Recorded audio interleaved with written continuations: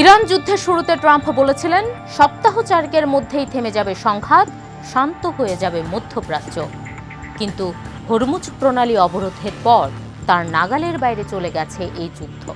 ইরানে হামলা করলেই পাল্টা হামলায় গুড়িয়ে দেওয়া হচ্ছে মধ্যপ্রাচ্যের মার্কিন ঘাঁটিগুলো। এবারও তেমনটা হয়েছে। যুক্তরাষ্ট্রের হামলার জবাবে ইরান মধ্যপ্রাচ্যে যুক্তরাষ্ট্রের 21টি স্পটে পাল্টা হামলা করেছে। হামলা করেই থেমে নেই তেহরান।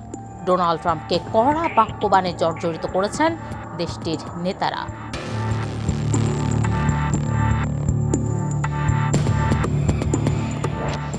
10 জুন নিজের সামাজিক যোগাযোগ মাধ্যম ট্রুথ সোশ্যালে এক পোস্টে ডোনাল্ড ট্রাম্প দাবি করেন, ইরানের সামরিক বাহিনী সম্পূর্ণ বিধ্বস্ত। তিনি লিখেছেন, ইরানের সামরিক বাহিনী এখন সম্পূর্ণ বিশৃঙ্খল। তাদের নৌ ও বিমান বাহিনীর বড় অংশেরই এখন আর কোনো অস্তিত্ব নেই। তারা পুরোপুরি পরাজিত। শান্তি চুক্তি স্বাক্ষরে দেরি করার জন্য তেহরানকে দায়ী করে ট্রাম্প আরও বলেন, একটি চমৎকার চুক্তিতে পৌঁছানোর আলোচনার জন্য তারা অনেক বেশি সময় নষ্ট করেছে। এখন তাদের এর খেসারত দিতে হবে। অথচ এর মাত্র একদিন আগেই ট্রাম্প সাংবাদিকদের জানিয়েছিলেন, দুদেশ খুব ভালো চুক্তির প্রায় শেষ পর্যায়ে রয়েছে।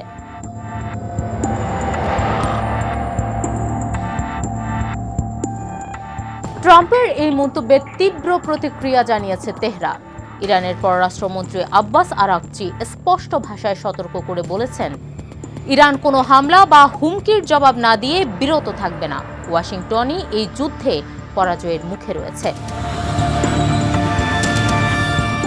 দেশটির পররাষ্ট্র মন্ত্রণালয়ের মুখপাত্র ইসমাইল বাঘাই যুক্তরাষ্ট্রের এই পরস্পর বিরোধী অবস্থানের সমালোচনা করে বলেন, যুক্তরাষ্ট্র বারবার দাবি পরিবর্তন এবং ক্রমাগত যুদ্ধবিরতি লঙ্ঘনের মাধ্যমে এই কূটনৈতিক প্রক্রিয়াকে ক্ষতিগ্রস্ত করছে। পরিস্থিতি পুনর্মূল্যায়নের ইঙ্গিত দিয়ে তিনি জানান, যে কোনো সফল কূটনীতির জন্য ন্যূনতম স্থিতিশীলতা প্রয়োজন। মার্কিন সেন্ট্রাল কমান্ড সেন্টকম জানিয়েছে, 8 জুন হরমুজ প্রণালীতে একটি মার্কিন অ্যাপাচি হেলিকপ্টার ভূপাতিত করার প্রতিক্রিয়া হিসেবে তারা 9 জুন ইরানের রাডার সাইট ও গ্রাউন্ড কন্ট্রোল স্টেশনে হামলা চালিয়েছে। এর জবাবে ইরানের ইসলামী revolutionary guard corps IRGC Bahrain ও জর্ডানে অবস্থিত মার্কিন ঘাঁটির 21টি লক্ষ্যবস্তুতে পাল্টা ক্ষেপণাস্ত্র ও ড্রোন হামলা চালায়। তবে রয়টার্স জানিয়েছে, ইরানের প্রায় সব ক্ষেপণাস্ত্র আকাশেই ধ্বংস করা হয়েছে এবং কোনো হতাহত ঘটেনি।